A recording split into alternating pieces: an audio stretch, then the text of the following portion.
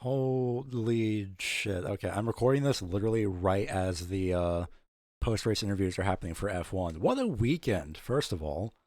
Let me double check to make sure everything is actually recording, because I'm throwing myself into this. I'm not sure if I'm going to have any images for this week. I don't want to chance anything, so I'll do my best to give visual descriptions.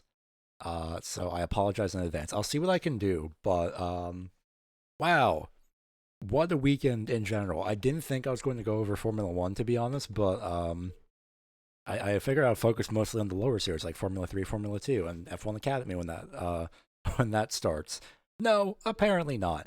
I have 16 pages worth of recap notes and shit for everything. I've thrown out my idea of doing an F1 primer, so if anyone's new to this, I apologize. I will do my best to introduce you to everybody, at least in Formula One, for Formula 3 and Formula 2. Is maybe, I don't know, you'll probably recognize some familiar names after a while, but holy shit. Okay, I don't know exactly where to start, but I also do. So let me make sure I actually have the text like able to be edited without breaking everything here. Oh, that's not gonna work. Cool. Awesome. I'll have to copy paste a new one then. I'll just do that, and then I'll do wait, where's the copied one? There's the new one. Cool. Okay, so now I just have to do that, and then I have to rename this so I can actually. I'm literally like scrambling to get this just like redone. Um, I will do chapters, obviously. God damn it, OBS. Why is it when I duplicate something? No, I don't want. I want to. Okay, can I just if I do copy and I can do paste duplicate, that should not change. Yeah, there we go. For some reason, it's paste duplicate, which is not copying the same name for some reason, which is very strange, but oh well. Yeah, I'm doing chapters for this, so all that will be in the description if you need that for anything, because oh my god, I have so many things to go through. General racing news. Yeah, I'm not doing that. There's nothing, basically. It's Melbourne weekend, we're focusing on that, and we're starting off with Formula 3. It would be nice if I can get the text up to actually do this properly. I'm literally doing this like right this second. So I think from now on I should just like record myself reacting to the race in some way. I don't know, man. I don't know. But let's start off with obviously the most sane decision, which is the sprint race for Formula 3. It was a 20 lap race with 30 cars in the field for Formula 3, which is shockingly normal. Hilariously on the or did that make people DNF actually? Maybe that made people DNF. I was gonna say on the results page, there's only 22 cars being shown for at least the sprint race. So I guess that many cars DNF'd.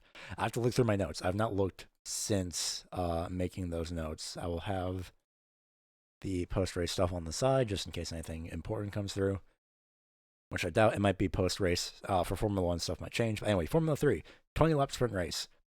For lap notes, how I do these is I do notes of stuff that I think is relatively important, lap by lap, if it is important. If stuff is not important, I will usually skip some laps, and that does happen here. Lap 1, I have written, not as chaotic as expected, but still chaotic. Cars everywhere. Yeah, that's usually pretty much the case. Intrapuvazak, who, good luck spelling that name, off the top of your head especially, had passed on the outside into the chicane of, I believe that would be turn 9, and then turn 10, which is the right-hander. And then he immediately logged up into turn 11, and then separately, Charlie Wurz is out, and Josh Dufek had to box for a front wing change, and then a VSC for sharp spinning. Man, I really wish I had the visual indicators for anything in my mind. But lap 3, the VSC ends, and Ramos had a 5-second lead through all of that. So in the span of basically like a lap, if not 2 laps, Ramos had built himself a gap of 5 seconds in the same spec. Everyone else is battling for P4, and that is not a typo. P2 and 3 were kind of spread out, and then P4 is where pretty much everybody was. Stromstead going into turn 9 had actually passed around the outside, and my notes will be vague in Formula 3 and maybe Formula 2 because I don't know everyone's car, and the timing tower is kind of broken sometimes. So, apologies in advance. for not having the specifics on who passed who. I only know of who passed when or where on the track, basically. Three cars had gone off. I think I remember this one into the gravel. I think this was turn 12. No, turn 11's gravel exit, I believe. But it was Rafael Camara who was off in the gravel. James Wharton had suspension damage, and then Lawrence Van Hoopen was also in the gravel. And because of the gravel, safety car was deployed. Wharton had missed his braking point, and then accidentally took out his teammate. I think it's ART Van Hoopen. I knew I should have written teams for this one, but I didn't because there's 30 cars in the field. Lap 5, I had noted that Teofile Nile, I think it's Nile, Nael, his engineer had said, quote, "This race is already chaos, mate. There's going to be a lot of opportunities." End quote. And I put in all caps, true. On a related note, Nico Lacorte was up 13 places from last place in 30th up to P17. It was lap 5, by the way. Lap 6 to 7, I think this is still under VSC, yep.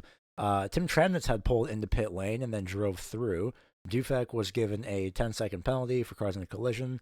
No timing tower icon, though, at least during this time. That will change, luckily, over the weekend.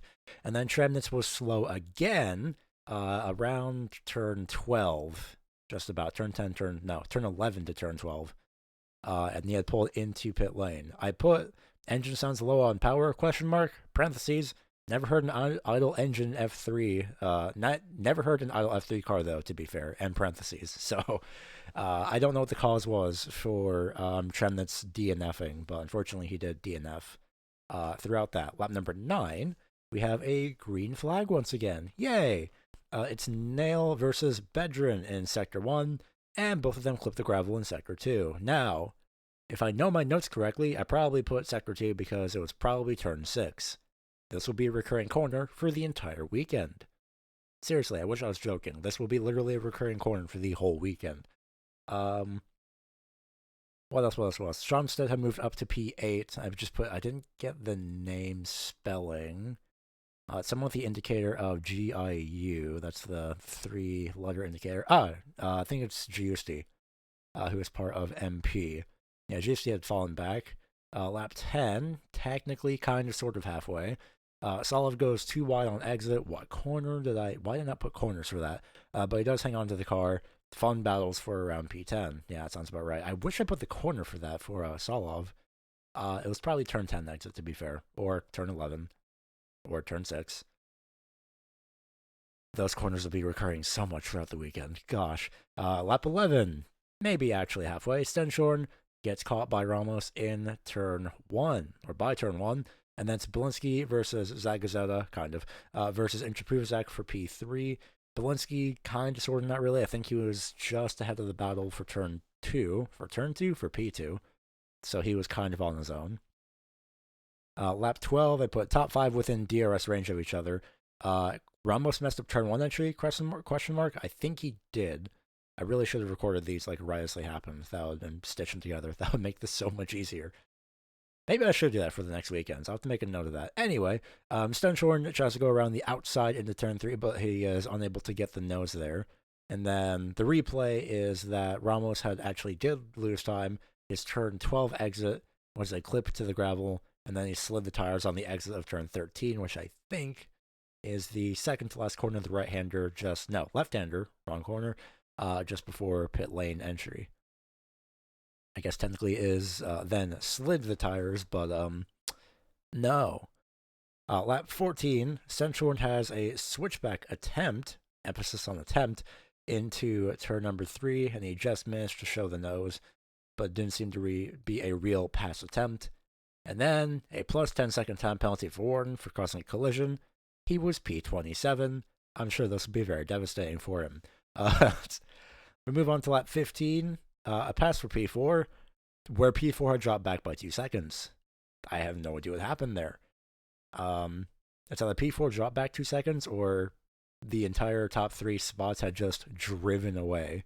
But Stromstead had front wing damage and makes the pass for P10 somehow. Another replay had shown is that Ramos had snapped. Maybe I think it's tank slapper is the term, but he did have a little bit of snap oversteer question mark in the middle of the turn 9, turn 10 chicane, and he does hold on to it. Foreshadowing continues to intensify. I put lap 16, surprisingly calm. Dash for interruption, all caps. Never mind. Safety car deployed for a car in the gravel, which is actually 2 cars in the gravel. It's an MP and an AIX car. It is Javier. I'm gonna mispronounce this. I think it's Segura, and then Bruno Del Pino in the MP, which I thought was at least like turn 11, but no, it was the gravel of turn 6 actually. I'm just gonna let that sink in for a little bit. It was the gravel of turn 6. Need I remind you? It was turn 6. Continuing on, nearly the end of the race, just about. Let's see, we were on lap 16. The safety car was deployed. Then lap 17. Whoops. Lap 17. Stromstead goes to pit lane.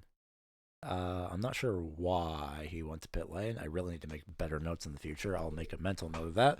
And I had put likely ending under safety car question mark. Replay 3 wide question mark. The AIX was on the driver's right hand side of the MP car, and the MP car might have been on the middle, and then the AIX car goes into the barrier. There's something I feel like I'm missing. I think there was a little bit of radio communication from who was it, from Segura to where he said that that Del Pino had like turned in on him, but we don't know genuinely because they didn't have a camera angle for that. So they didn't have a broadcast camera angle more specifically, so we literally don't know. For context of when I'm recording this, it is now Lando up on the top step of the podium, quite literally, like physically on the top step, and now they're playing the anthem. So I'm literally recording this right as this ends. I'm immediately uploading this. Maybe schedule ahead of time, but you know what? I'm just going to upload this right after because it would be funny that way. Anyway, lap 18, it's 2 cars in the gravel, 1 in the Tech Pro, which I thought might have needed to be replaced. Wait a minute. 2 cars in the gravel, 1 in the Tech Pro. Is this a different incident? Or did I miss something? 2 cars in the gravel, 1 in the Tech Pro. Wouldn't be surprised if the race ends under safety car. The cars for the F3 series are mentioned to now have new 16-inch tires and 100% sustainable fuel. Cool. F3 cars look a little bit similar to a smaller F1 car in some areas. And I put in the parentheses, makes more sense than the previous F2 design. Seriously, that rear wing was weird. That's also a tongue twister. But I will never understand those, like the 2022 to 24 design of the Formula 2 car. What was that rear wing? Seriously. I think they literally said in the press release, like, oh yeah, we're going to make this look like the next F1 car. No, even the 2026 regulations for F1, it doesn't look that weird with the rear wing. I don't get it. Anyway, this is what it is. Yeah, the AIX car is shown to be recovered, or in the process of being recovered. Replay has shown Stenshorn and Belinsky halfway into the turn 6 gravel, both onto it somehow. And I put in all caps, why are they now sweeping the gravel back? And this comes hold on a second. I'll get to this in just a moment. Lap 19, another replay. Dominguez shown going through the turn 6 gravel. Literally the entire car in the gravel. Basically cut the corner. And then I put, no way they'd race with this. And I took a screenshot, and here's hoping that I can show this. If you do not see this next section of the video, for a screenshot, keep in mind, not the actual broadcast, not footage, not a GIF, and it's pronounced GIF, nothing. It is a screenshot. If you do not see that, somehow I've been in trouble for that. So I'm going to leave a space here. I'm going to say this ahead of time. I'll visually describe this first, so I can actually verbally describe this, and then I will visually show it. But verbally, there is basically a screenshot of just gravel literally everywhere in the process of being swept up in turn 6. It is kind of a mess, and that is a recurring theme throughout the entire weekend. How it pulled from the gravel trap all the way to the right-hand side of the track, I will never know, because the track is maybe, I want to say like, maybe 5.5 F1 cars wide, kind of. Maybe 4.5, maybe about 4. It depends. I don't know. I could be wrong about that. That's a very rough estimation.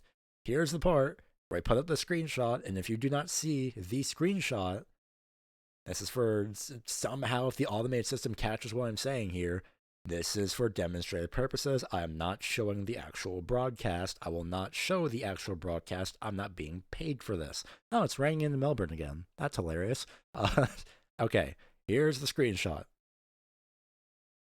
If you still hear this, it's part of the video, and I'm fine, and maybe I can do this in the future. I genuinely don't know yet, and I don't want to push boundaries, because F1 are very strict with anything showing from, excuse me, from their broadcast, and it's kind of annoying. So, let's hope that showed up. Hi, if it didn't show up, some reason they're mad at me. Cool, great. Even though it's a screenshot for literally just demonstrative purposes of the broadcast and not willingly like distributing the actual video footage. Anyway, lap 20, yeah, safety car to the end. As well as a black and white flag for car number 1. That was, I have to scroll up a little bit, for Badder. I love how his indicator is BAD of just bad, and then his last name is Badder. That's kind of hilarious. But he got a black and white flag for track limits, apparently. No visual representation was shown, but track limits, apparently. But yeah, safety car to the end. I put chaotic, but overall, a very fun race to watch. Del Pino's car was just now, or then, during lap 20, shown to be in the process of being craned off. I did put a cool pull focus on the front stretch going into turn 1. So a trackside camera had panned towards turn 1 on the driver's left-hand side, and it was right where Marshall's post was, who was waving the flag.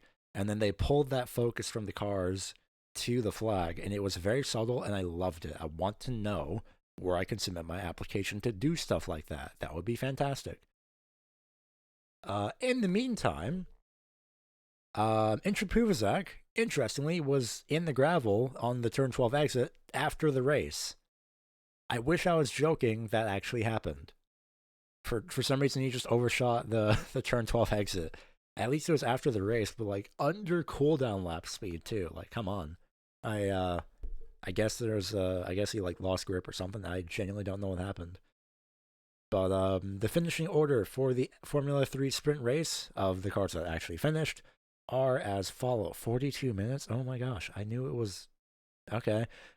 So we have, I'm going to go by last name because that's what I just have here on the official website, by the way.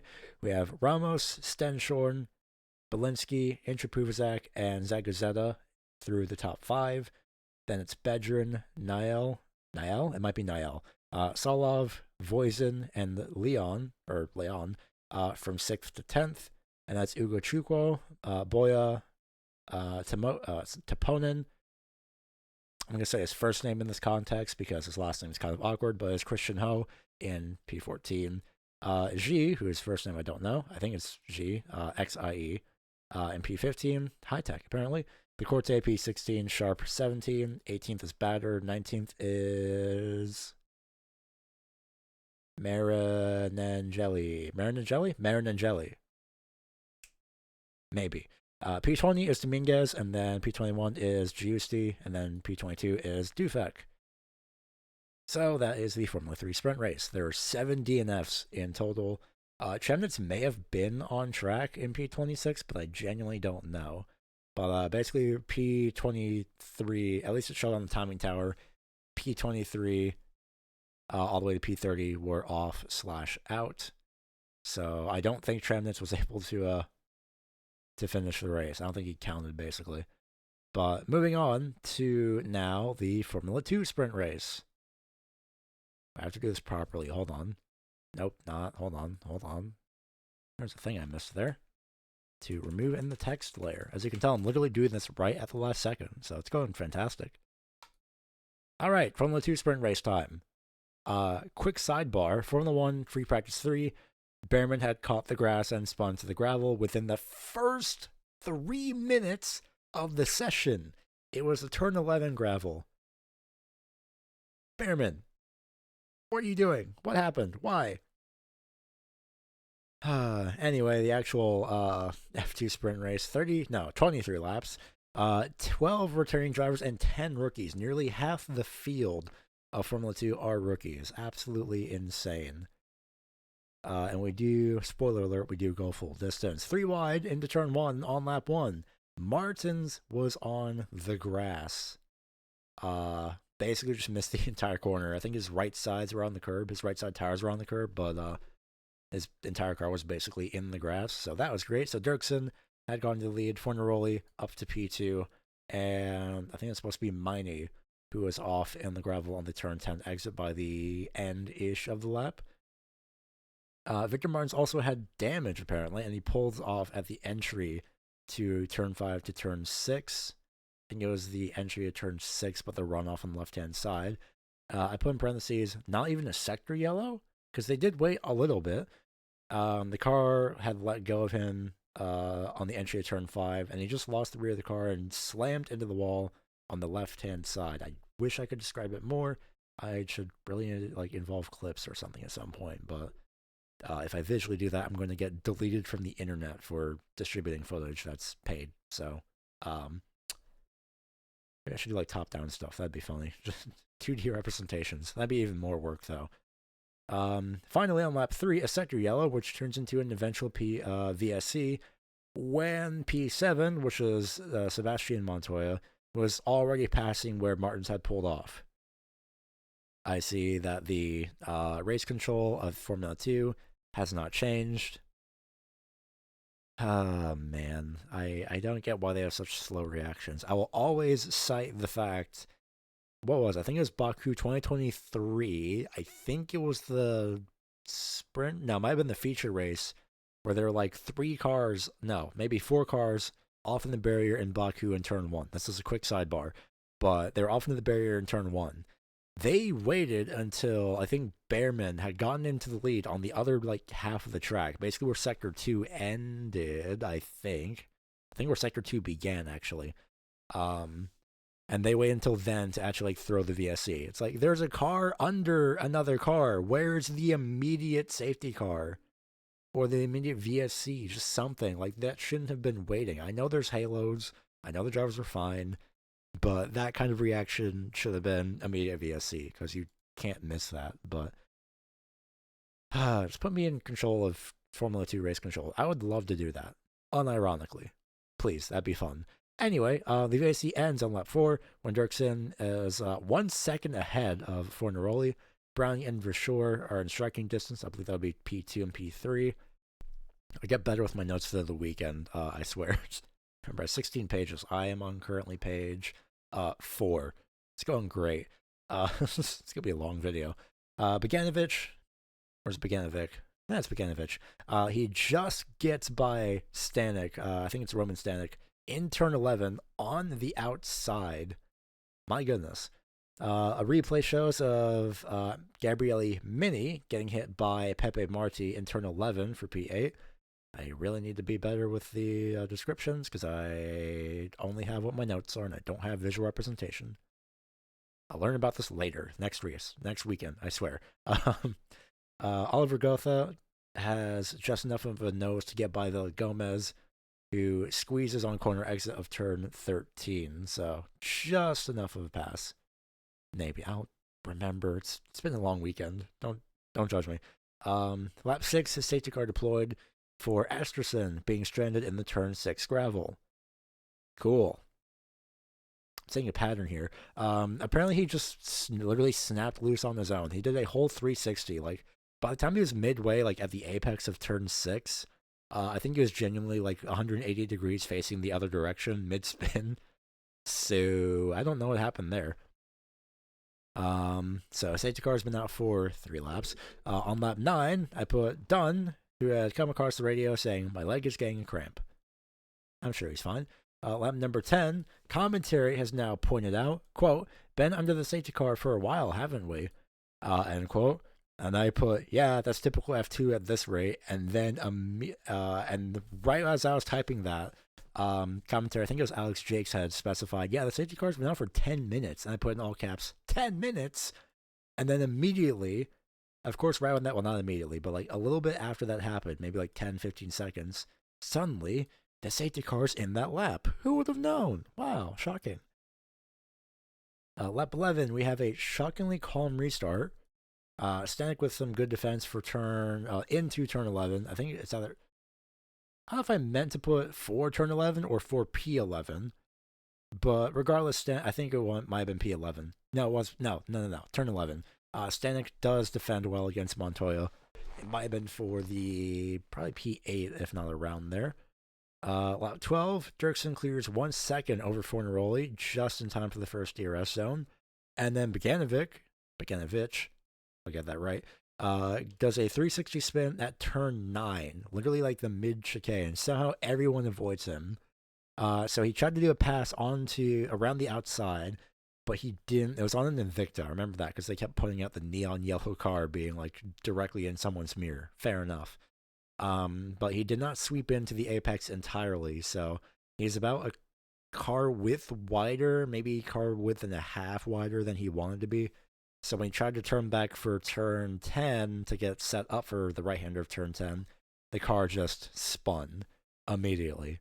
Luckily, again, everyone avoids him somehow, which is very impressive, actually. So then we go to lap 13, where Gabriele Mini passes Pepe Marti, which is a huge danger through going into a DRS zone. Why did I put that? Why did I put that? Was it just the pass in general? Or was it someone spinning? It might have been someone spinning. It might have been somebody spinning. I have no idea. Megatunif was off in the gravel at turn 10. The exact same spin as Bogdanovic, but Bogdanovic, I'm reading it. I'm reading it phonetically. That's, whoops. Bogdanovic. I know it's Bogdanovic. But unfortunately, Megatunif was not as lucky on the recovery. Just brushes the wall. So Megatunif had spun and is facing back towards turn 9. So 180 degrees the opposite direction over on the driver's left-hand side. So the right side of his car just brushes the wall, but sadly he got stuck in the gravel. Safety car deployed. This is the part. Okay, this is the quote. Yeah, quote, he squeezed me to the wall. And I put Villa Gomez, who was the car he was battling, in fact, did not squeeze him into the wall. He gave about maybe half a car width. The only camera angle that was available was the lower camera angle that was mounted like under the wall into turn 9, and there's a car ahead of them which kind of blocked the view. But from my view, maybe, possibly, enough space at least. And then I put a note of, judging by the last safety car in by lap 18 or so. Lap 15, one of the commentators had said, I'm paraphrasing here, a safety car is like climbing the downside of an escalator.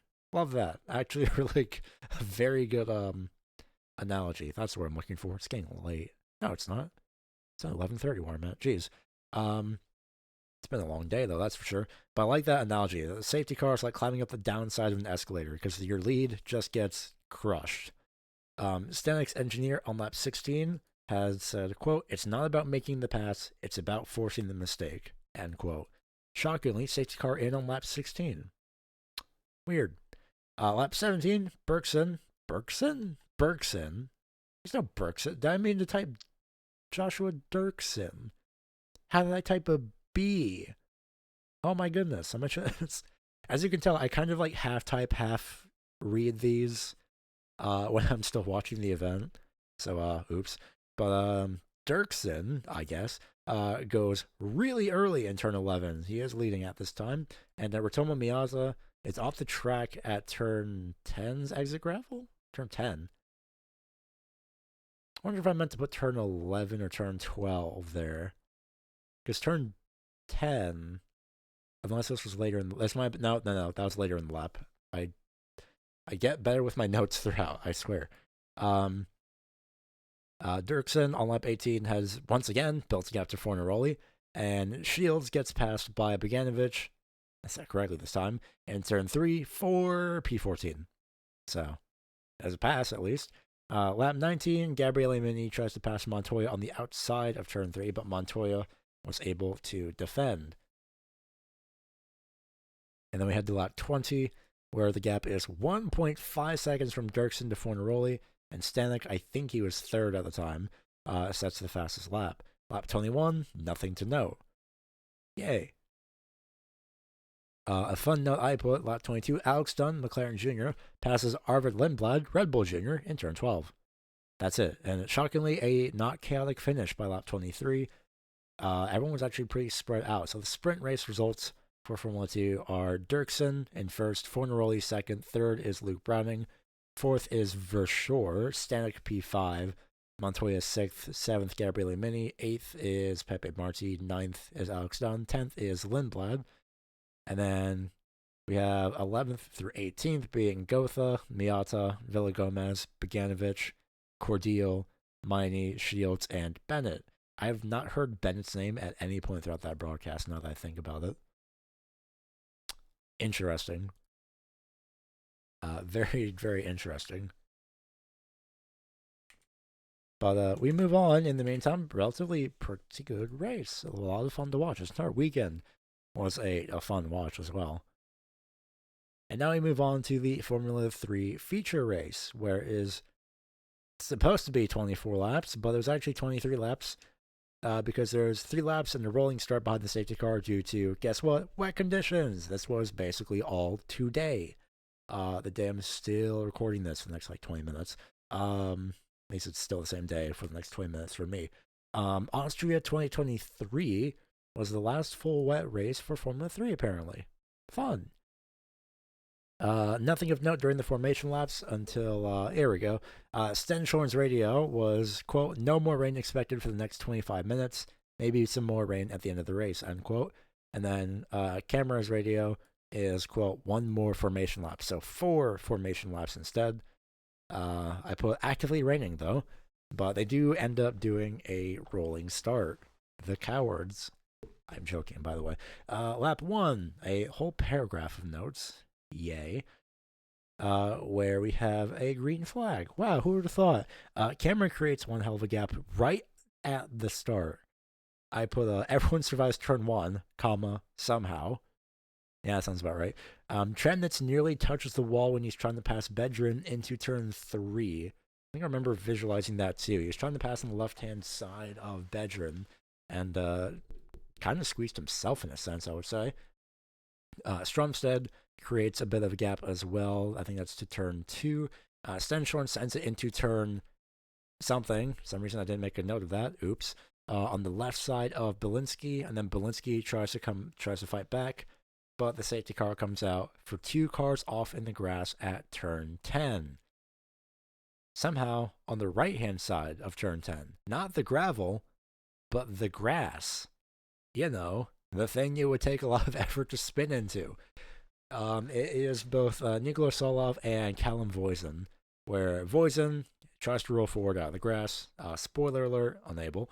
So the replay shows that both were side by side going into turn 9, and Solov tried to squeeze Voisin into the wall. Well, not into the wall quite literally, but he does try to squeeze Voisin, and unfortunately contact is made between Voisin and the wall, and also Solov, and, well, that didn't happen. So, safety car again is deployed by this point. Nothing to note on lap 3. Same with lap 2, who have technicality, because that's when Solov was actually unable to get going. At that point, he was actually like officially out of the race. Can I save this image by chance? I don't think I can. I do have an image that I screenshot. I don't know if I can. Can I copy and paste into here, perhaps? I wonder. Let me try this really quickly. I never actually tried this. No, I cannot. Dang. Okay. Well, that was a really cool shot, though.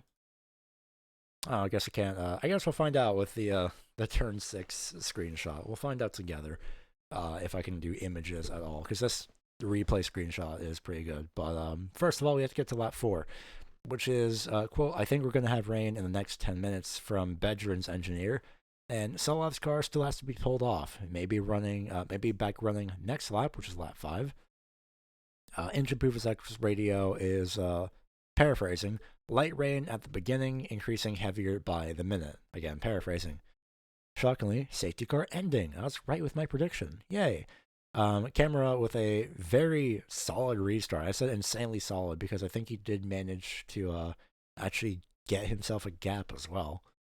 Lap 6 is that Ramos gets forced question mark slash happens to go into the turn 1 grass and just catches the car from Dufek passing on the inside.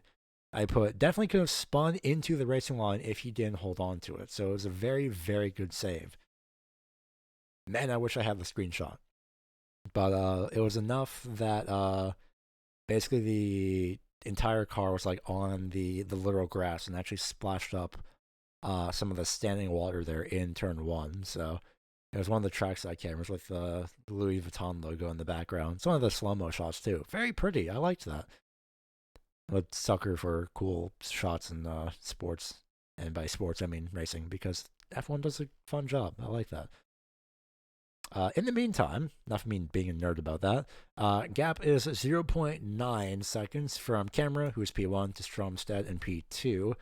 And Stenshorn had ended up overshooting slash cutting the turn 9 exit and goes into the grass and immediately cuts turn 10. It's going great. Del Pino has a quick spin. I didn't put where, and I probably should have. And then Entry Puvacek tried to pass Wirtz? Shelly Wirtz. Shelly, is it Wirtz? I think it might be Wirtz. Where is he from? I know his name. I know that much. Hang on a second. Charlie.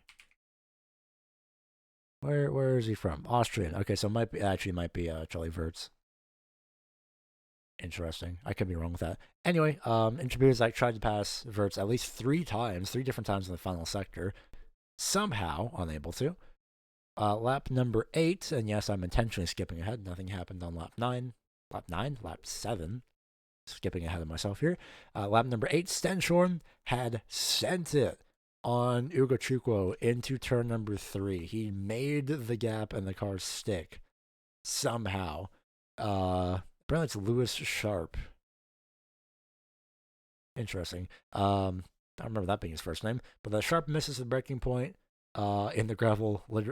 It misses the braking point into the corner just behind that battle and ended up going literally through the gravel into turn 3, just about going into turn 4. So he was very, very lucky to be able to keep going. One of the commentators, this is the part, here we go. One of the commentators had said, quote, is he, Camera, in the same specification of car, end quote, / question. Because Camera was way out ahead. I think it was about a 4-second gap by that point. Or was it 5 seconds? One of the two. But it was wild performance there by Camera. Dufek overshot into turn 9 and goes into the grass. Does manage to hold on to it, though. And then around the same time, Van Hoopen had unsettled the car from the curb of turn 11. I even saw that literally as it happened because I think the car kind of, I don't want to say bounced because that implies that the left side tires were like still on the ground. They really weren't. It was like a really odd speed bump that they ran into. It's a very oddly shaped speed bump, but he does drift on the exit and still manages to hold on to it. Doesn't hit the gravel, I don't believe. There we go. Yeah, there's my note. Yeah, lead gap by lap 9 is 3.7 seconds. I almost had the wrong numbers in the wrong order. 3.7 seconds. And then Ugo Chukwu goes deep into turn 11, and he had unfortunately gotten passed by Belinsky in turn 12. So Belinsky goes up to P9, and then Ugo goes down 1 position into P10. I put lap 10, good catch by the camera operator to follow Sharp's wide entry into turn 3 again. He does stay on track this time. Giusti spins in turn 13 because of a little bit of contact by Zagazzetta. Oh, I remember this now. Zagazzetta overshot his braking point and made a little bit of contact with Giusti. Nothing on lap 11. Then we skip ahead to lap 12, where it's a 3-car battle for P7. Intrapuvazak, Stenshorn, and Belinsky. Belinsky tries to pass around. Well, 3-car battle is stretching it. I think this is the part where I was kind of like, maybe. Intrapuvazak is just a little bit further away from Stenshorn and Belinsky. where Belinsky tries to pass around, I think quite literally around the outside of turn 3, but Stenshorn able to defend, who drifts out just a bit wide and makes very small contact. But somehow, there we go, manages to make the defense relatively cleanly. Quote for Ramos Engineer, possible heavy rain in 5 minutes. End quote. Meanwhile, a plus 10-second penalty for Zagazeta. Finally, they also have icons for penalties. Yay!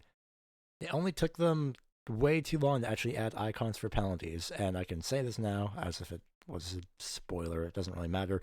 They finally added icons for being under investigation and penalties in Formula 1.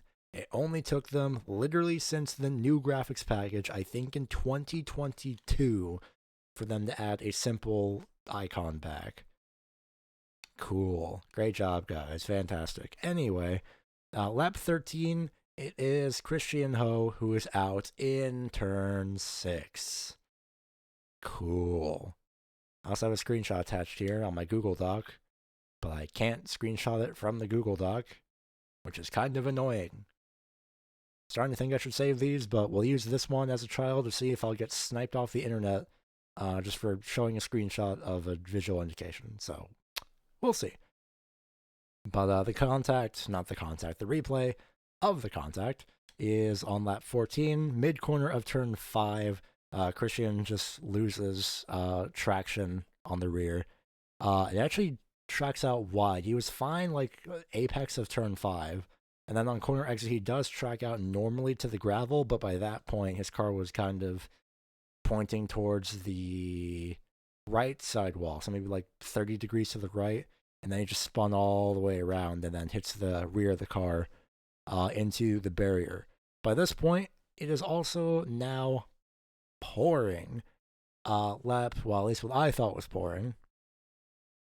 Oh, wait, no, I was right. It is kind of, yeah, at least in F3's case. Lap 15, we have, quote, rain should decrease in a few minutes. Not sure if that was a radio call or, that might have been a radio call, actually. Yeah, I didn't quote that, unfortunately. Somewhere on lap 14 to lap 15, though, under the safety car, though. The crane is in the process of lifting Christian's car off, and they're sweeping up the gravel again. In turn 6. I'll have my notes on that after.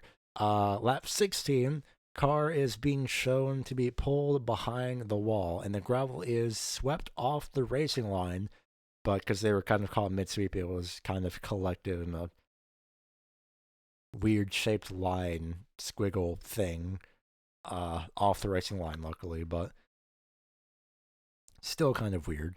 Lap 17, commentary says, a good sign that the safety car is going in is when the safety car picks up speed. And I had noted, that it definitely seemed like it was the speed there. And the camera team was having a little bit of fun to get a really good shot of the ducks, apparently. Like, a very clear shot. I wonder, genuinely, I even put this in my document, I wonder what lenses these guys are using, because, oh my gosh, I want one. Sadly, lap 18 is a red flag for what is deemed unsafe conditions. But they did clear the full points distance, which is over now 75%, and the race will not be resumed. Camera on his debut gets first place Stromstead and Nail on the podium. This is for F3's feature race, so I can actually read everything out. And that is still the case. Wow. Yeah, Canberra, Stromstead, good day for Trident, P1, P2. And then Niel, I think it's Niel, finishes P3, Bedrin P4, Tremnitz P5. Good recovery, now that I think about it, from his sprint race excursions. P6 is Charlie Wirtz, P7, Intrapuvizak, P8 is Stenshorn, P9 is Belinsky, P10 is Ugo Chukwu. Dufak, P11, Van Hopen, P12, 13th is Leon. It's spelled Leon, but there's an accent above the O, and I don't know how to pronounce it. For anyone who wants to help, he's probably Prema. It might be Leon, but I genuinely don't know. There's an accent above the O, not the E, so who knows. Anyway, Sharp finishes P14, Segurera finishes P15. Ramos 16th. Boya 17th. 18th is, I think it's Xie. I need to get pronunciation for that. Dominguez 19th. 20th is Toponen. 21st is Wharton. 22nd is Zagazeta. 23rd is Del Pino. 24th, Lacorte. 25th, Giusti. 26th is Batter. And 27th is a name I struggled with earlier, but I said it. Oh no. Maringelli. Wait, hold on. Mary. I'm overthinking this. Marinamana.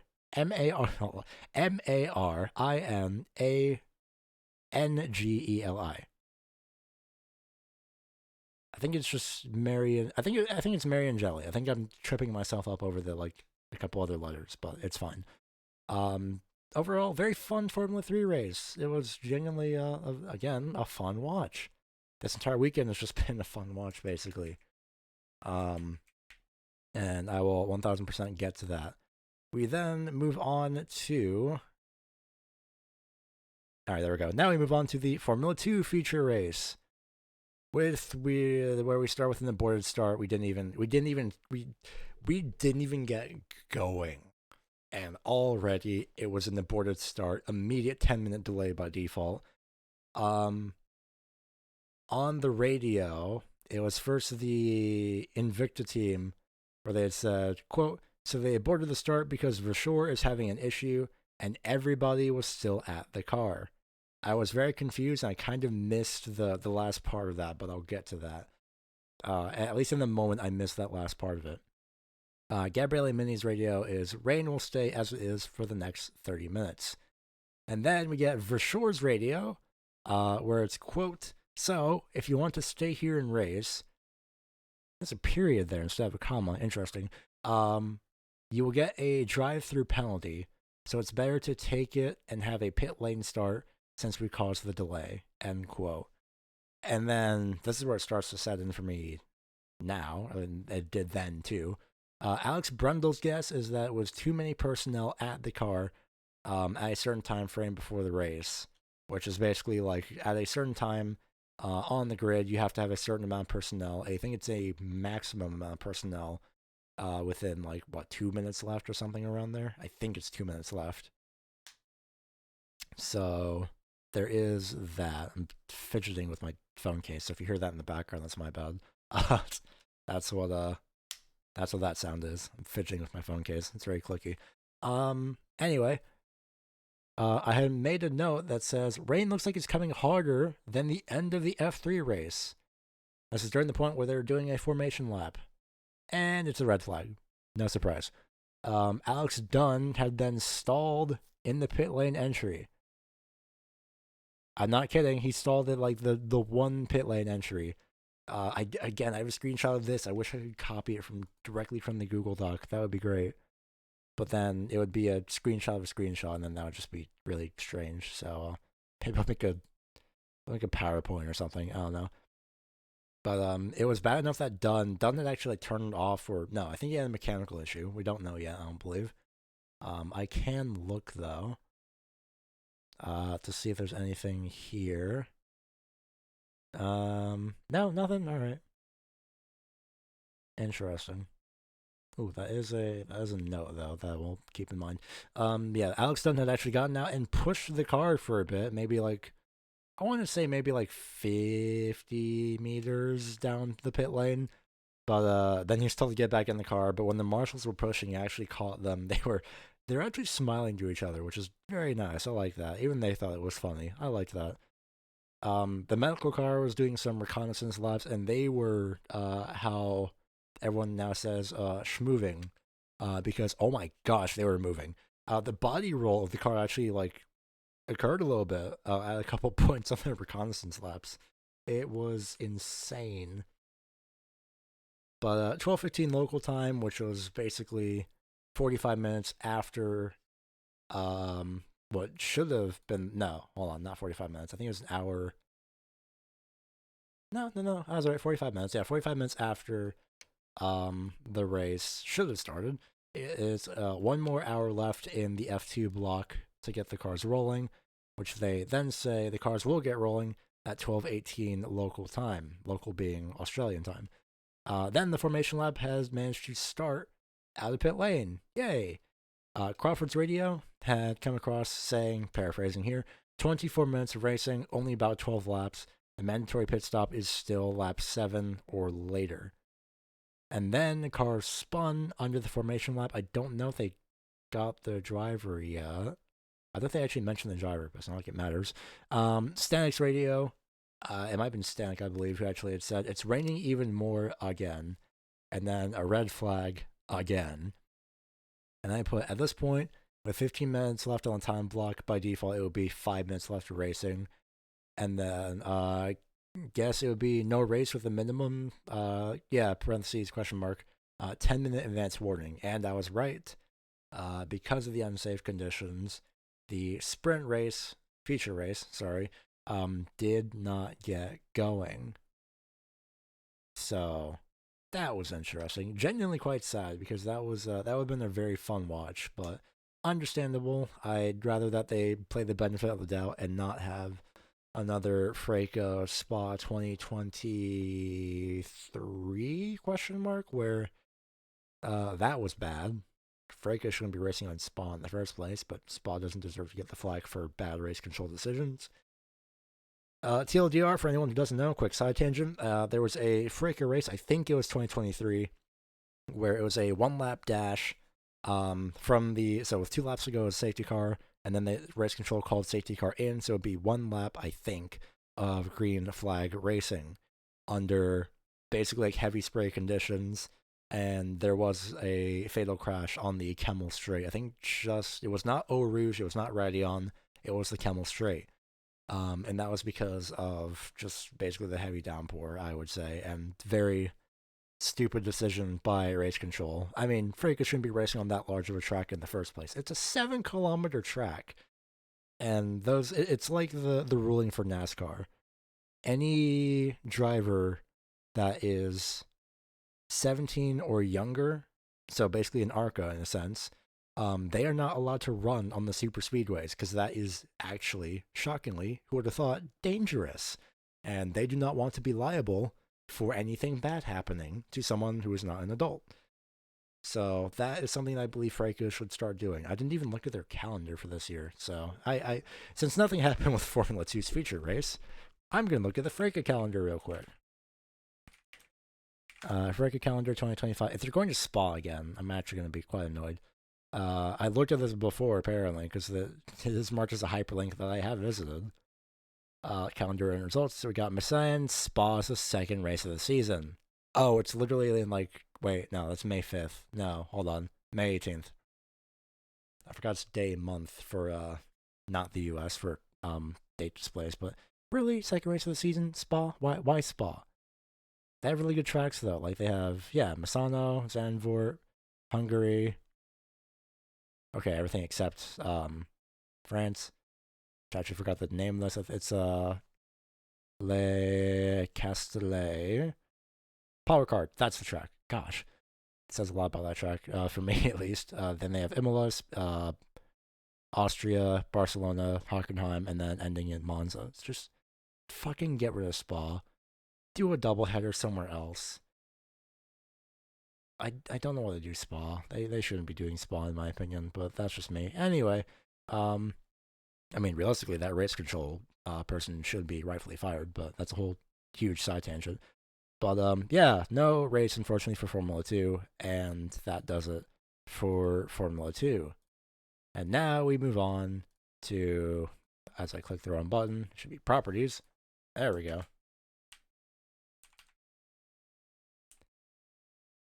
The first race of the Formula 1 season. Yay! We don't even get the green flag, and Hajar crashes on the formation lap in turn 1.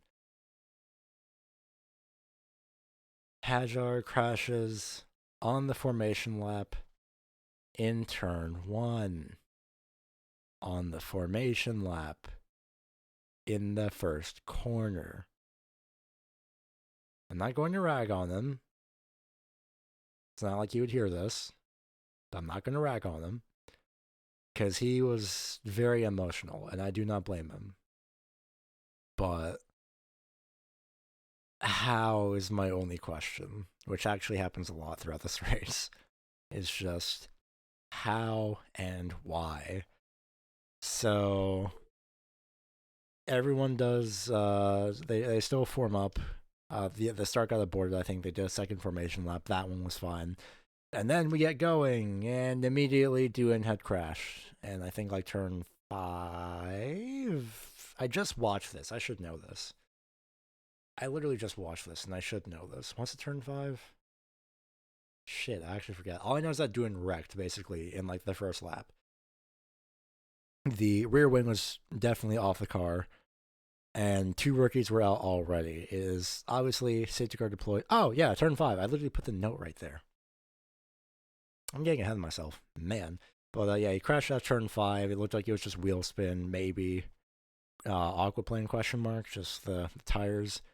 And then we go to lap 2, and Carlos is facing the wrong direction in the last corner. What happened in 2 laps? In technically 2 laps, like 3 or 4 if you only count the formation lap, we have 3 cars out of the first race of the season already. One of them didn't even get to start. So Carlos Sainz, he had said, quote, on the radio, I had like a massive torque surge, and it was like he let off where he like barely hit the throttle when he went to turn into the final corner, turn 14, and the car just looped. So he was facing the correct direction until he wasn't, and ends up right side first into the outside wall, or the left side wall, driver's left side. So he's already out. Cool. Great start. Lap 5, Ocon, Lawson, and Behrman pit for new enters. And then lap 7, safety car is ending. And lap 8, we are finally green flag racing. And right off the start, Norris, Verstappen, and Piastri were all in their own bubble. And then Alonso and Tsunoda are marked under to be investigation for a safety car infringement. We'll get back to that, quite literally. Lap 10, we have Norris and Verstappen both increase the gap to Piastri. Norris has Verstappen 0.6 tenths of a second back, and then a further 1.3 seconds back to Piastri. And then a replay on lap 10. Lando is shown drifting, basically, on turn 1 exit. Had to correct a little bit of a slide, but he does hold on to it. Lap 11, I put timing tower icons. Oh, and Norris has 1.1 seconds to Verstappen. Literally verbatim, that's how I put that. I'm glad that they finally have timing tower icons for who's under investigation. I didn't want to get my hopes up, but I guess because all the series are finally under like the same timing tower design now, they finally were able to, I guess, somehow get the technology to put icons back for putting drivers under investigation. Even though the fastest lap icon was fine between use of 2 different timing towers last season, but we'll ignore that part. Lap number 12 is radio communication on Leclerc's radio. Engineer says main tower to cool down is the front left, and Leclerc says too much information. DRS, surprisingly, enabled, and Piastri gets the fastest lap. Piastri on lap 13 is closing to Verstappen, and in the meantime, I didn't put that Hamilton said this, but on Hamilton's radio, he says, quote, let me know where I'm slow, struggling with drivability, car is snappy. Engineer replies, 11 and 12, and I put, oh no, because Lewis did have a spin in turn 11 during qualifying in, I think, Q3, and so I was kind of concerned a little bit. Lap 14, quote, class 1 rain, end quote, in turn 6, according to Norris's radio. Keeping in mind they're still on inters, they're not on slicks. No one's on slicks by this point. I put lap 15, Ferrari doing Ferrari things, telling drivers info, despite the fact that the drivers are saying to leave them alone. Yeah, that sounds about right. Lewis was trying to be very polite but firm with his engineer, being like, yes, I know, please stop talking to me. Because, even brought up during the broadcast, I think by David Coulthard on commentary. It's Coulthard? I mean, it's Colt Hard, but it's Coulthard. I'm going to pronounce it Coulthard because it's Coulthard. DC. Yeah, it said that it's basically, I think it was DC. I think he said it was like a 12-year relationship, like working relationship between Bono and Hamilton. So yeah, you're not gonna you're not gonna get that on day one or over the winter. Lap 16 replay. Kimmy, shockingly, very terrifyingly, makes the same mistake that George Russell did by touching the grass when setting up for turn number 4. But unlike George Russell, Kimmy avoids the wall. Well, I mean, Russell also avoided the wall, but Kimmy avoided the wall a bit more than George Russell. So it was turn 3 normal, and then arcing from the left-hand side of the track to the right-hand side of the track to set up for turn 4, but just right side tires on the grass. So apparently that corner is just out to get both Mercedes cars this weekend. Not too bad though. Lap 17, Verstappen had shockingly fallen off the pace a little bit to Norris as Piastri catches, and I interrupt myself because Verstappen had overshot turn 11 and Piastri was able to make it the pass, and Verstappen keeps it off the gravel somehow.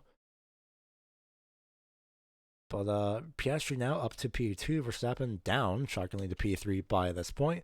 Lap 18, Hamilton has the safety car infringement, and I put in even more all caps, Albon?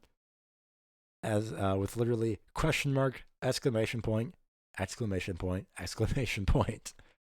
Because it's just like, what did they do? What happened? Lap 19 is cool. If there's any rain, we might need to pit for new tires. Why did I not put who said that? I should have put who said that. We might need to pit for... Oh, I think it was Verstappen. It might have been Verstappen's radio. I genuinely have no idea. It could have been literally Ferrari. It could have been McLaren. It could have been Verstappen. It was that chaotic. Nobody knows. I mean, I should have known. I should have just written it down, but that's beside the point.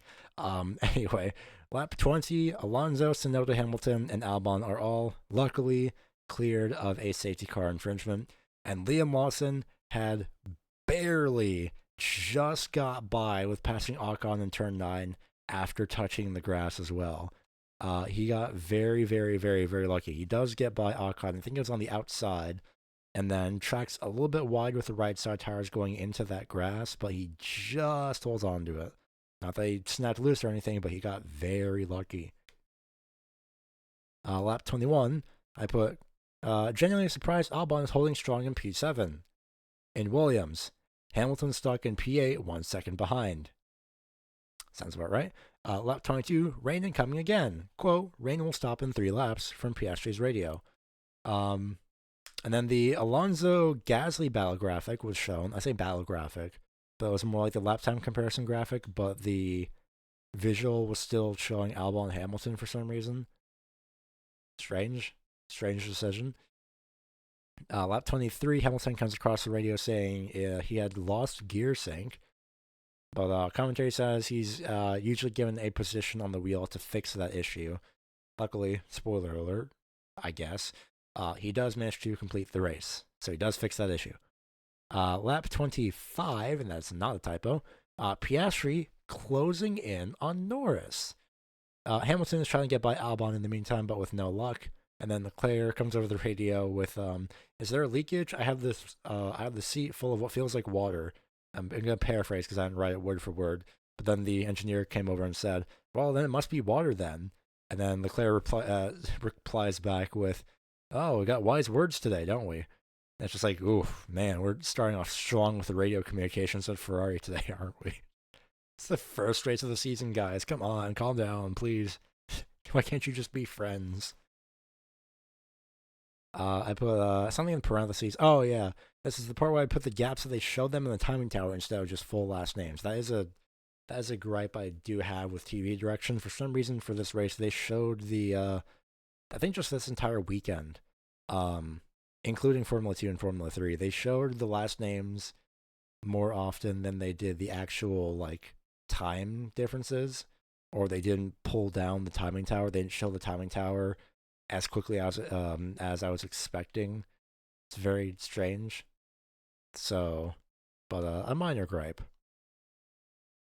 But they do get that sorted. Luckily, lap 28, Hamilton comes across the radio with a "Please leave it. I'm learning the car as we go, mate." Yeah, he's having a time. And here's the part where I was saying Antonelli top 10 soon. He does wiggle a little bit on the turn 4 exit, but he is still catching Alonso. Lap 29. Oh hey, the gaps are back again. Piastri hovering 1 second behind Norris sets another fastest lap. Although it doesn't matter since there's no point for it. Like, quite literally, they got rid of the fastest. Remember when they got rid of the fastest lap point for this season? Yeah, me neither. It doesn't matter anymore, luckily. Thank goodness. Norris has a. Norris does get lucky with getting DRS on Behrman. We'll get to Haas in a minute. Probably by the end of the race, let's be honest. But he does get DRS on Behrman, who then lets both McLarens by. And then Piastri was able to close the gap with no issue through to a 7/10 of a second gap. Lap 30, Piastri was actually able to get to Lando's gearbox by the time they get to turn 3, but he wasn't able to show the nose to make a move yet. And then he was told to hold position. Piastri replies with, "I mean, I'm faster, but okay." We'll get to that in a moment. Probably by after the race. I really need to come up with actual points afterwards because I will forget. So let me write those now before I forget. All right, now I have that written down, which I should have had that done beforehand. I'm a professional. Let's see, lap 31, engineer comes across the radio to Lewis saying, "Try to hold the K1, which is their overtake, for practice. I know it's difficult." And Lewis replies with, "I'm not close enough. I'm not close enough. When I'm closer, I'll do it." And it's just the usual understood or copy from the engineer, which, fair enough.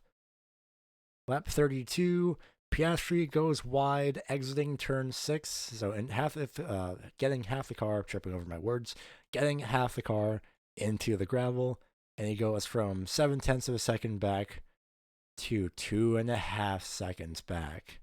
And I put, as a joke, obviously fault of the team orders. But the commentary actually does have a valid point here where it's like, well, you were on a roll and now you're forced to readjust and hold off and not push at 100%. We'll get to that. Lap 33, now Oscar was told that he's free to race when he's 3 seconds behind Norris. We'll get to that. Obviously, the radio was delayed, and I have not yet looked at when the actual point of that radio call was. Was it before or after his turn 6 thing? I don't know. I'm literally going into this recording like right this. Actually, no, I can pause recording, and I can double check. So I'm going to pause recording. You guys won't miss a single bit of anything. So I'm going to pause recording here, and I will double check to see when they called out that radio. All right, I am back. I now have the full context. So what they were told was to hold position for the traffic, it seems, and then when Piastri clears, or when both Norris and Piastri clear the traffic, by the time they get to sector 2, this was on lap 20. No, it's on lap 30, wasn't it? Yeah, so this was on lap 30 going into turn 9. And Piastri asked, "Are we free? Are we still holding even though we cleared the traffic?" And they basically reply with yes. And then, cut to a few laps later, Piastri hits the gravel in turn 6. No comments were made up until the when Piastri starts his next lap. Then he is told he's free to race, and then immediately after he's told he's free to race, they give him a weather update. I think they know what they were doing. But we'll get to that.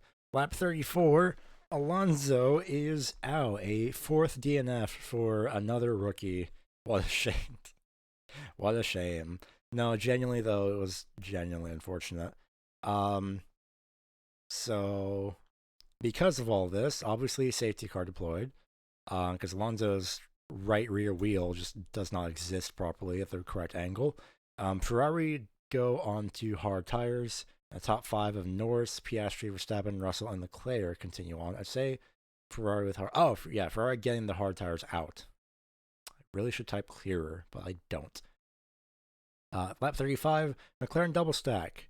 And something that I've realized, no graphic for the pit stop times, apparently, which was very strange. And apparently no timing tower graphic showing the tires. And then, like, 10 seconds later, they finally show the tires, where it was Norris, Piastri, Russell. This is not in order of who was where on the timing tower, by the way. This is just on who was on what tire. So Norris, Piastri, Russell, Leclerc, Hamilton, Gasly, and Antonelli were all on hards. Verstappen, Albon, Tsunoda, who was shown to be in a void, apparently. Hulkenberg, Bortoleto, and Lawson were on medium, and Haas stayed on inters. Yay. So, a few replays here. I put, it was turn 6 again. Gravel and or water on the curb caused Alonso's spin. Gravel somehow everywhere in turn 6 again. And then apparently Lawson was squeezed as Bortoleto had rejoined pit lane. For sure, unsafe release. Piastri radio, there's a very, quote, there's a very small but intense rain shower between lap 45 and 50. Should last only a lap, paraphrasing with that last part. And then for Norris's radio, his engineer said, I would say, given everything in Melbourne so far, not confident, end quote, in what was a suspected one-lap shower. Lap 38, Norris's radio. Norris comes over and says, just confirming we're going to box before it's wet, not when it's wet. And then engineer replies, confirm, we just don't want to box when it's going to skirt around us. By this point, I put Haas haven't even pit for so much as new inters for 32 laps at this point, which is on lap 38. And then Ocon, very appropriately, the timing of his radio is, quote, we know why we're doing this, but I think if it doesn't rain in a couple laps, they will be quicker than us with slick tires. His engineer understood. Typical engineer response, apparently. Lap 40, somehow, I at this point put, somehow a Sauber and the Haas haven't yet been waved around. Until I type that out, and they get waved in turn 4. Norris's radio, quote, it'll maybe arrive earlier and hit us directly. We do not want to fit the wrong tire before the conditions. Lando had apparently locked up under safety car, and I was actually surprised that Haas went to slicks, which then led to Behrman.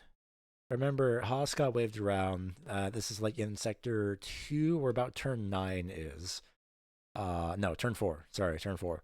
And Haas double stack, and Ocon stays on the lead lap, and Behrman gets put a lap down.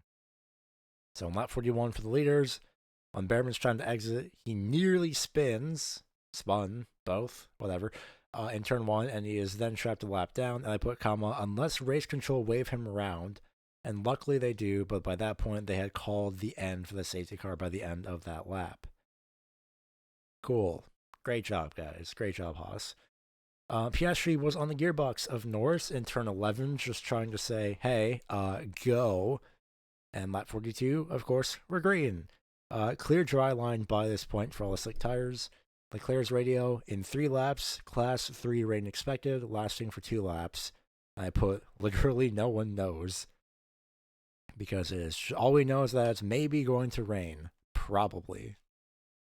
Maybe. Lap 43, Piastri 1.6 seconds back from Norris. Verstappen 2.8 seconds back from Norris. DRS enabled. I put it in parentheses. Oh no. Norris radio. Seems like it'll be next lap. No. Engineer replies, we don't want to jump too early. Half class in pit lane. So basically just sprinkling. I don't know what class. I know what they mean by class. It's like the severity of the rain, but like they're really strange about it. Antonelli's radio with his engineer saying rain could get pretty intense. Leclerc had spun at some point and lost 2 spots. Lap 44 is where everything happens. Apparently. So, rain is visible on the trackside cameras as everyone enters turn 1, keeping in mind they're on slicks. Plus 5 second penalty for Bortoleto for the unsafe release. Tsunoda had gotten by ahead of Leclerc, which only showed on the timing tower, but nobody caught that on camera, apparently. At least not in the moment. So Tsunoda had passed Leclerc, and then he locked up into turn 3, I believe, but held himself ahead of Leclerc. Russell's radio, I think he said it was heavy enough for the inters. I've dropped my phone and I am sad. Um, Raindrops on the commentary box window says, I think it was Alex Jakes, as P5 goes into turn 10. And by this point, the McLarens are off into the gravel of turn 11. And Piastri, they both hold on to it. Norris continues normally, but Piastri was not able to. He was not able to get back on track soon enough. He was in the gravel, and he was still on the left-hand side in the grass. Spins off into the right-hand side of the grass in turn 12, and he is effectively stranded. Now, it's a lot easier to say who stayed out by this point. So it was Verstappen, Tsunoda, Hamilton, Gasly, Leclerc, and Lawson stayed out. Piastri's engine is still running. He is stranded in the grass and trying to reverse onto the access road, which he does do. I don't know how, without burning up the engine especially, or the gearbox, but apparently he made it, which is insane. So he does manage to stay on the lead lap. Lap 46, Verstappen stays out. Lewis is P2. It's raining again, and the top 5 is Verstappen, Hamilton, Gasly, Tsunoda, Leclerc. Verstappen comes across the radio and says, looks like the rain is coming down. We need to make a decision. By this point, he was sector 2, I believe, and around turn 9, or just before turn 9. Lap 47, Verstappen was told to stay out. It was still raining, and he was struggling, and then he was told to box. I don't know how quickly they switched that around, but it was definitely just in time for him to box. Hamilton and Leclerc both stay out. Keeping in mind they're on hard tires. Norris is on inters. He sneaks up to P2.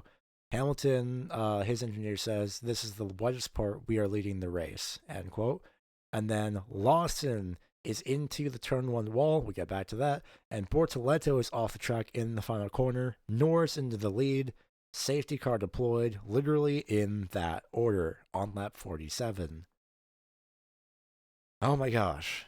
Just everything happened at once in the span of like 4 laps. 5 laps. Kind of. Not including the restart. Okay. Let's break this down a little bit. For Lawson, he basically did the exact same thing that Hadjar did, which is genuinely unfortunate. But that is something he does not need right now. Lawson specifically. Hadjar can kind of afford that because he's not defending Formula 2 champion. Bortoleto is. Oh, wait. Oof, that's just unfortunate for him then. Anyways. But yeah, for Lawson, absolutely not what he needs right now. This is the very opposite performance of what he needs to do, but we'll get to that. Bortoleto had, well, let's go with this. Lap 48, Ferrari double stack to enters. They gone from roughly P2, P3 to P9 and P10. Somehow, Albon is P4 and Kimi is P5 throughout all of this. For Bortoleto, he just got on the curb / painted line on the exit of turn 12, and then he did spin around when he tried to arc back to turn, actually no, it's turn 13 exit, I think. But the last right-hander, second to last right-hander on the track before pit lane entry. And then when trying to set up for the left-hander before pit lane, which I think is turn 13, the car just completely turns around 180 degrees to the right side, and his right rear suspension basically just snaps anyway. So even if he didn't hit the wall, then he wouldn't have been able to continue, but he does hit the wall. And then, of course, Lawson crashes where Hadjar did on the formation lap, which, yikes. Lap 49, Hamilton's radio. Quote, you said it wasn't going to rain much. We missed a big opportunity there. Where am I? Back in P9 again? I put in brackets here, swearing noises. Can't wait for him to get a fine for that, even though it's been blurred or bleeped on the broadcast. The top 10 as of lap 50 is Norris, Verstappen, Russell, Albon, Antonelli, Stroll, Hulkenberg, Gasly, Hamilton, and Leclerc. What the hell? What is happening? Why is this happening? Lap 51, they show a very interesting graphic where I can sum up as Antonelli is the only rookie on the lead lap in P5.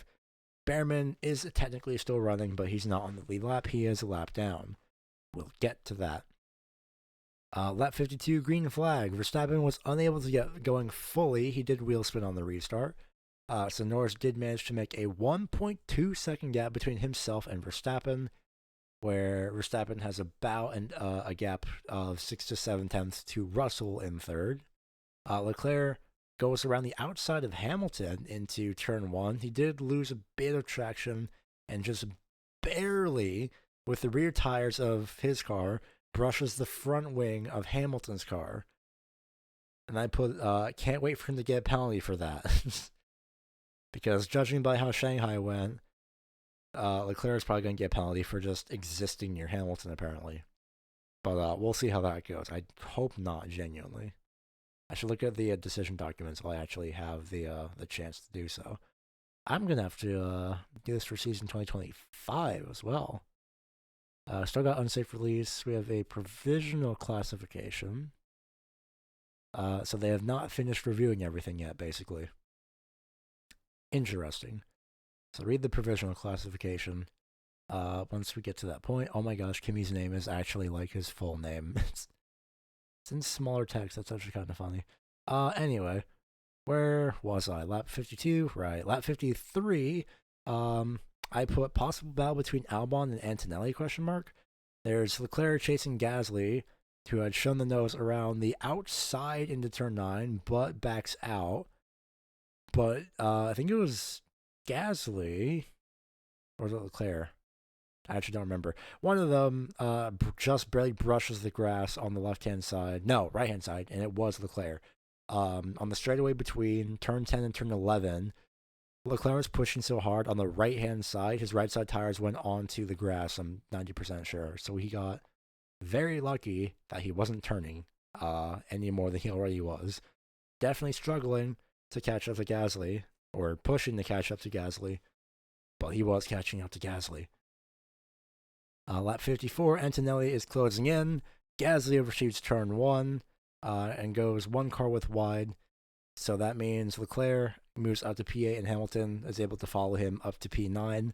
And Gasly goes around the outside almost into P9 around Gasly, who is P10 by this point. Then we get the fun message of DRS enabled on lap 54. Oh dear. Lap 55, the lead gap is 1.4 seconds. Antonelli is on the gearbox of Albon into turn 1. Piastri was able to pass Gasly into 2 P10. Norris had somehow lost 6th tenths. And for some reason, the broadcast team had decided then was a good time to show the replay of Gasly locking up from like 2 different or like 3 different angles. It's like, yeah, we know, we don't care, not the time. Like, we get it, we've established it with one shot, that's just, move on, come on. Luckily, no pass happened outside, or at least during the replay.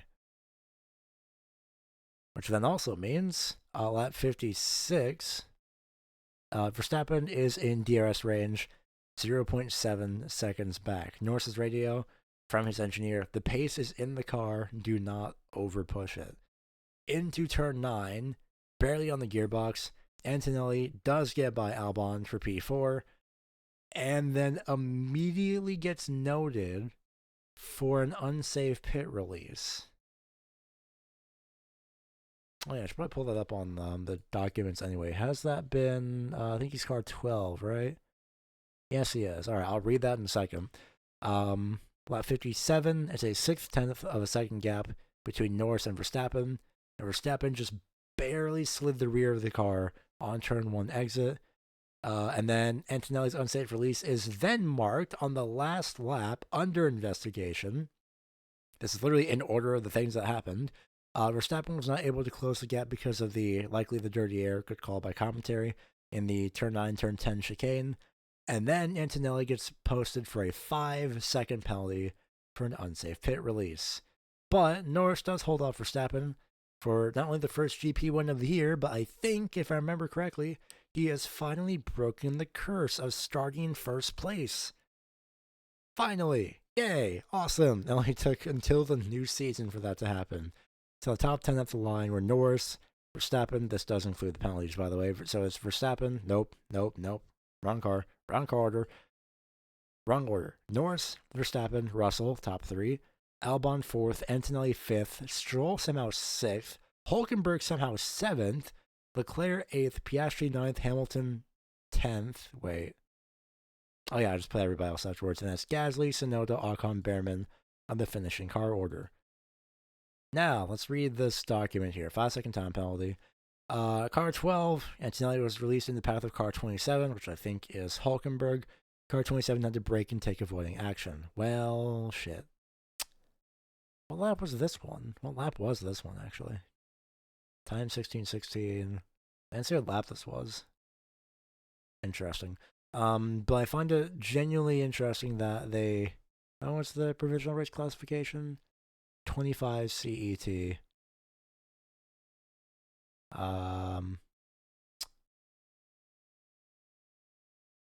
Wait, hold on. Let me...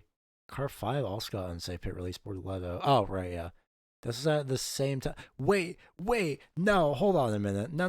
Wait, hold on. Okay, hold on. Maybe I'm reading the wrong time. I am reading the wrong time. But this makes this even more confusing.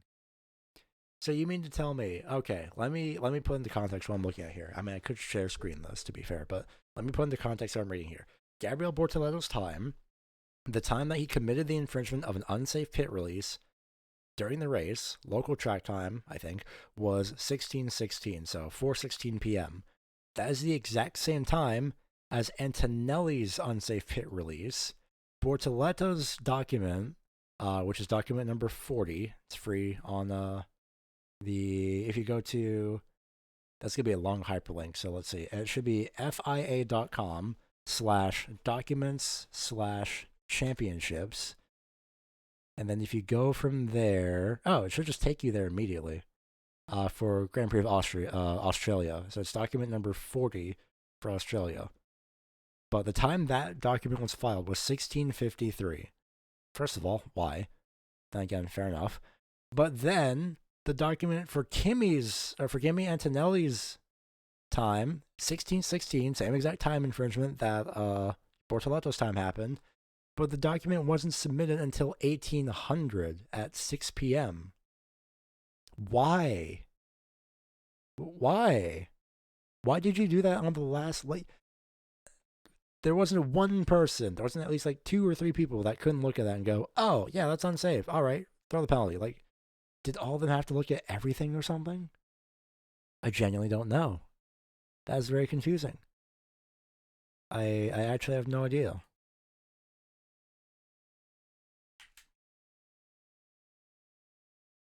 But I'm going to pretty much move on into a general weekend recap instead of general racing news, because, oh boy, we have a lot of things. No notes really. Nothing bad necessarily. However, Haas. Oh god. Oh man, dude. Why would they double stack on the way? I don't know.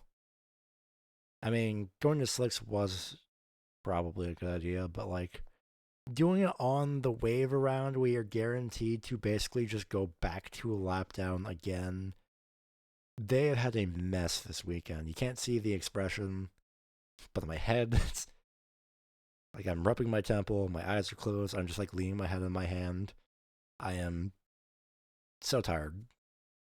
And it's the first race of the season for Haas, and they're off to an awful start with just that. That is not good, obviously. It doesn't take a rocket scientist to realize that's not good, but guys, come on. Second thing, on a not really even related note, McLaren, why would you kick off why hold position if he's faster than fucking well? But it makes it I wouldn't be mad at it if they said hold position for traffic. That makes sense. And then hold position for traffic afterwards, you're free to race. But no, they say hold position for traffic, and even though they cleared traffic, they still tell Piastri to hold. Piastri goes into the gravel, loses like 3 seconds basically, well, 2.5, to be a total of 3 seconds back. And then by the time he starts his next lap, then they tell him he's free to race. Why? What the fuck happened there? Why then? Like, come on. Not even an apology? Like, nothing? Really, McLaren? They're going to start off with this? Like, what happened to the no number one driver mentality thing? Like, holding for traffic makes sense. If that's when you specify, we're holding for traffic, afterwards you're free to race, we'll let you know. That's it. Not keep him behind Norris for like 3 laps until Piastri makes a mistake and then say he's free to race. Like, now you're just playing favorites. Like, quite literally, now you're playing number one, number two driver. So what Piastri needs to do is start disregarding those team orders at this point. And I believe he would have had a solid shot, but in my opinion, I believe McLaren indirectly caused Piastri to fuck up. I mean, well, to a certain extent. Obviously, they couldn't have predicted that, the rain was going to happen and both of them were going to go off in the gravel, and that Piastri would have gotten stuck in the grass. That may have been unavoidable. Who knows? Genuinely. But I don't know. I don't get it. Is basically what I'm trying to say. I don't get it. I was gonna read the finishing results of F1. I almost forgot. So we have provisional. Keep in mind, because by the time I upload this, which will be immediately after I stop recording, we will not have. I will not have the final race classification. This is subject to change, so who knows? But I don't think there'll be any post-race disqualifications. Gosh, I hope not, but we'll see. So we have Lando Norris first, Verstappen second, Russell third, Albon fourth, Antonelli fifth, with a 5-second time penalty included. 6th, Stroll. 7th, Hülkenberg. 8th, Leclerc. 9th, Piastri. 10th, Hamilton. 11th, Gasly. Tsunoda 12th. 13th, Ocon. 14th, Behrman. Lawson, Bortoleto, Alonso, Sainz, Doohan, Hadjar did not finish. And in Hadjar's genuinely unfortunate case, didn't even start. Oh boy. Let's see. I feel like there's something else I would be missing. Why is Lando's fastest lap 231 kilometers an hour? But everyone else's has... Oh, wait, that's his fastest lap. And then everyone else's average. Alright, okay, that makes sense. Interestingly, where's Piastri? I mean, he did have a few slow laps, so that doesn't really matter. But, on par with... I mean, average time just makes sense, actually.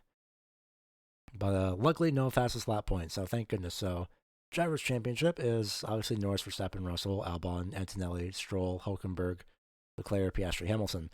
Hilariously enough, Hülkenberg has gotten Sauber more points in the first race of this season than they had ever gotten last season. I wish I was joking. 6 points for Hülkenberg / Sauber this race. As well as 6 points to the team of Sauber, which, wow.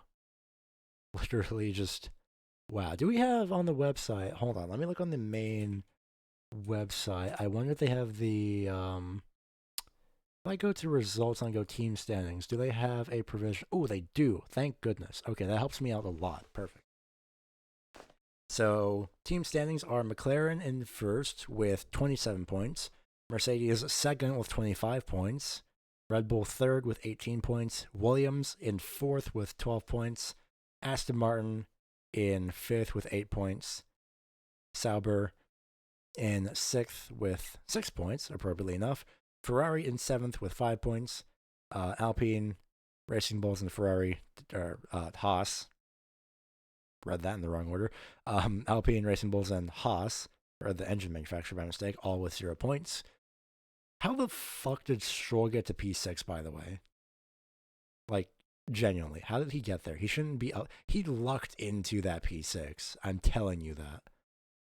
I'm telling you right now, he lucked into that P6. Just keeping in mind, where... I should be able to look at qualifying results, perhaps, maybe? It's fastest lap reward, I don't really care about that. There we go, qualifying. Stroll qualified in checks notes 13th, Alonso 12th. So Aston Martin in general, very lucky that Stroll survived. That's about it.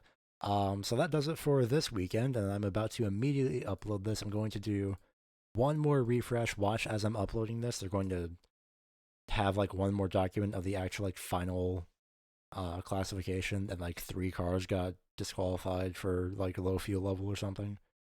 All right, I did one more refresh at what's the CET?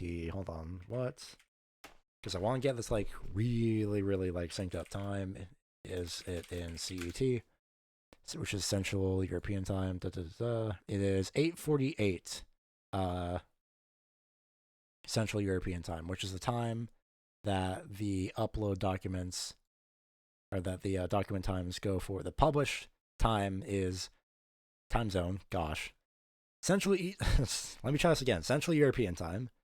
I'm not cutting this out. Central European Time is a time zone that is marked where the documents are uploaded for the FIA. You can find it at fia.com/documents/championships. In fact, I'll put that in the description below as well, just for fun. So this will likely be uploaded somewhere at like 9 o'clock. Not directly 9 o'clock, but within the hour of 9 o'clock Central European Time with this podcast. So I'm going to stop recording now, and we'll see if anything changes. And if it does, I will be sad. But I will be back. When is the next race, actually? At some point in the future. I swear I'll do gaming videos at some point too. But otherwise, this has been fun. I need to do gaming shit again, that's for sure. I need to do like live reactions or something. I need to just do stuff. So we'll see how that goes. But I find doing this is way easier than subjecting myself to VR and tears and sim racing. But otherwise, I'm going to go while I still have the chance. So thank you all for listening. Hopefully you enjoyed. I do want to do these more. No promises, because I might be busy in real life. But we'll see how things go. That's why I'm not doing recaps of practice and qualifying, unless there's something noteworthy. Like this weekend. Well, especially feeder series qualifying, that would be confusing. But that's beside the point. So I will see you next time in the next video whenever I decide to do that. So, yeah. Okay, bye.